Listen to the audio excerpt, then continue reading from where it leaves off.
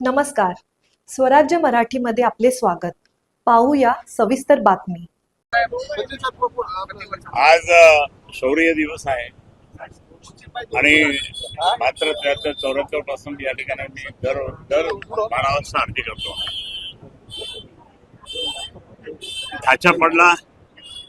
ढाचा पाडण्यासाठी त्या ठिकाणी आम्ही सर्वजण कारसेवा केली होती. मी स्वतः आणि रात्री 3:30 वाजेपर्यंत कारसेवा केली त्या दिवशी आणि वेगळ्या प्रकारचा आनंद निर्माण झाला मला. पण मी या ठिकाणी हे सांगतो की आज मंदिराचं निर्माण झालं. मंदिराचं पूर्णपणे निर्माण होऊन त्या ठिकाणी आता काम सुरू झालं. पण मंदिराचं निर्माण झाल्यानंतरची ही आरती पहिली आरती आहे आणि आता ही दरवेळेस 6 तारखेला त्या ठिकाणी आरती होत राहील. कारण ढाचा पडल्याच्या नंतरची त्या ठिकाणी ती आरती आणि मंदिराचं निर्माण झाल्याची आरती असं त्या ठिकाणी आम्ही करत राहू. प्रभू रामचंद्रांच्या आशीर्वादाने त्या ठिकाणी शिवसेना प्रमुख माननीय बाळासाहेब ठाकरे यांनी आम्हाला सर्व आमदारांना त्यावेळेस पाठवलं, जा तुम्ही त्या ठिकाणी कारसेवा करायला. आम्ही सर्व कारसेवा करायला. आज उद्धवजींच्या नेतृत्वाखाली आम्ही 3-4 वेळेस त्या ठिकाणी अयोध्येला गेलो होतो आणि यापुढेही कधीतरी प्रोग्राम होईल त्यावेळेस आम्ही जाणारच आहोत. परंतु आज प्रभू रामचंद्र जे काही मंदिर झालं ते मंदिर फक्त काय आपल्या एकट्याचं नाही आहे किंवा बाकी कोणाचं नाही आहे. मंदिर हे मंदिरासाठी आमचेही शिवसेनेचे प्रयत्न खूप मोठ्या प्रमाणात होते आहे, राहणार पण.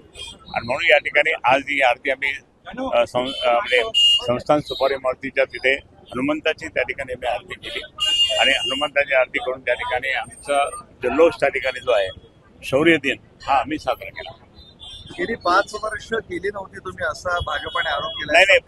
नाही भाजपाने ज्यावेळेस ढाचा पडला, बांधकाम सुरू व्हायला लागलं, ताब्यात आलं, त्याच्यानंतर आम्ही म्हटलं ठीक आहे, होऊ द्या मंदिर होऊ द्या, त्याच्यानंतर परत करू आपण. तर आम्ही जे मंदिर झाल्यानंतर त्या ठिकाणी आम्ही आरती सुरू केली.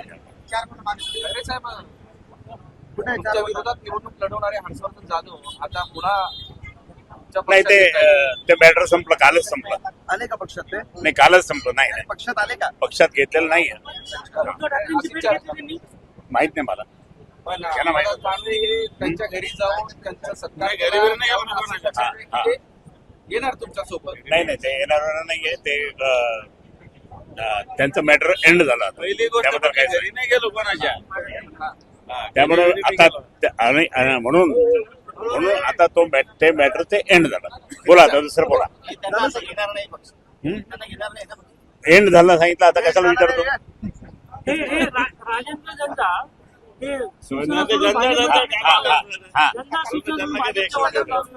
नाही, भारतीय जनता पार्टी नाही, बरेच जण शिंदे गटाचे बरेच जण त्या ठिकाणी राजेंद्र जंजाळच्या नेतृत्वाखाली चालले असं आम्हाला कानावर बातमी आली.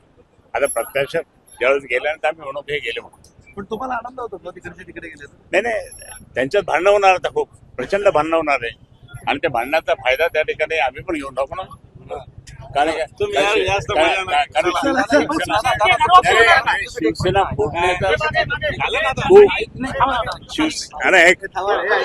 आपला गडबड कशाला, शिवसेना फोडण्याचं नीच काम त्यांनी केलं म्हणून त्यांना तो सदाचा परमेश्वर देत आहे.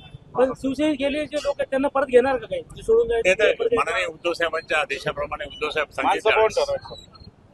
सांगतील चला. महायुतीतील